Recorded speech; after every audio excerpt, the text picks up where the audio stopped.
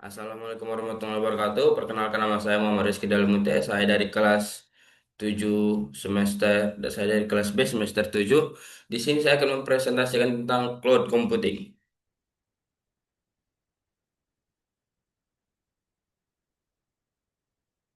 Nah, apa itu cloud computing? Secara umum, cloud computing didefinisikan sebagai penyedia layanan komputasi termasuk server, penyimpanan basis data, jaringan, perangkat lunak, dan analitik melalui internet awan.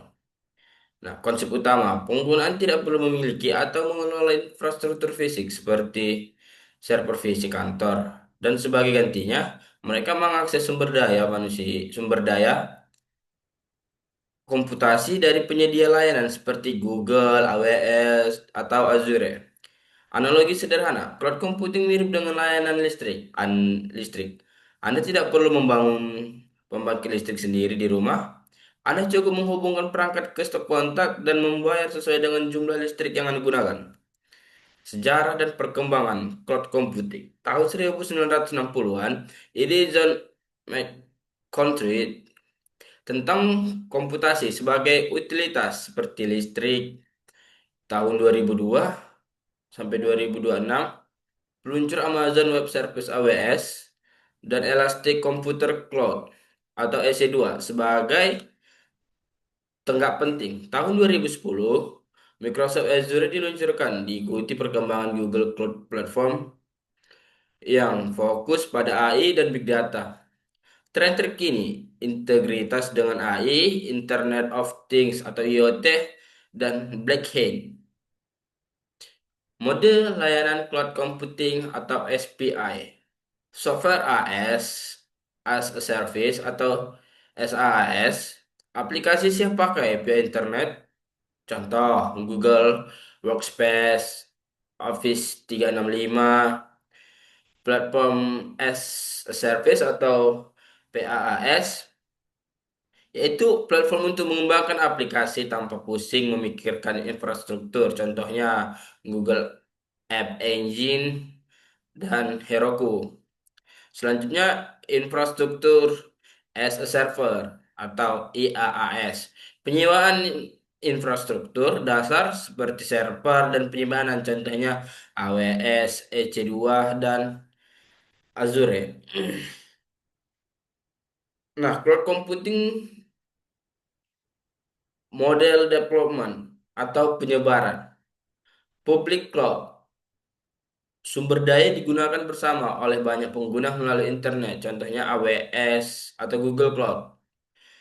Selanjutnya ada private cloud, infrastruktur eksekutif untuk saat organisasi menawarkan kontrol dan keamanan lebih tinggi. Selanjutnya hybrid cloud, gabungan public dan private cloud memungkinkan pemindahan data antar kedua untuk fleksibilitas maksimal.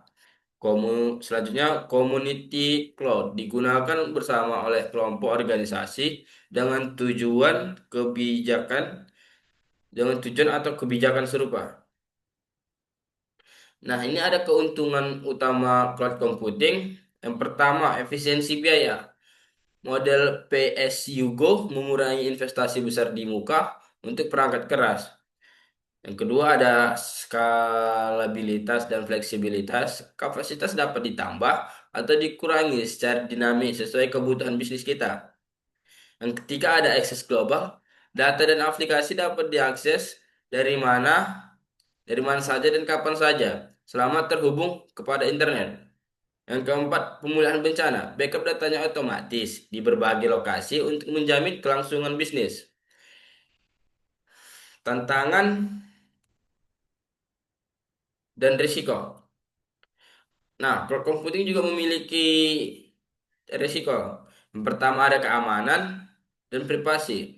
Nah, kekhawatiran ini akan kebocoran data karena disimpan di pusat data pihak ketiga. Yang kedua, ketergantungan vendor. Risiko jika penyedia layanan mengalami gangguan atau perubahan kebijakan, atau istilahnya vendor login. Yang ketiga, ada konektivitas internet. Nah, ini sangat bergantung pada kualitas jaringan internet untuk aksesibilitas, kepatuhan untuk aksesibilitas. Nah, yang keempat ada kepatuhan regulasi. Perlu memastikan penyedia layanan memenuhi standar hukum tiap data di negara.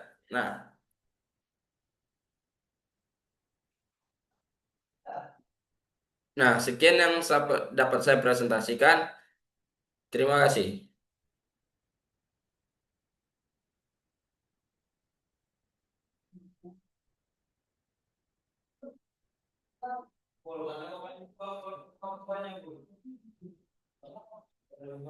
Ku bertemu denganmu.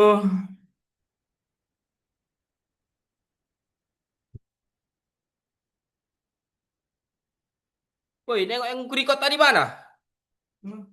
Tunggu, itu ada konferennya. Juga ada meeting dia dulu. Dulu, N. Udah ku N. N semuanya meetingnya juga ini, N. Ini N. Ya, tunggu konferennya. N meeting for all ini. Ya.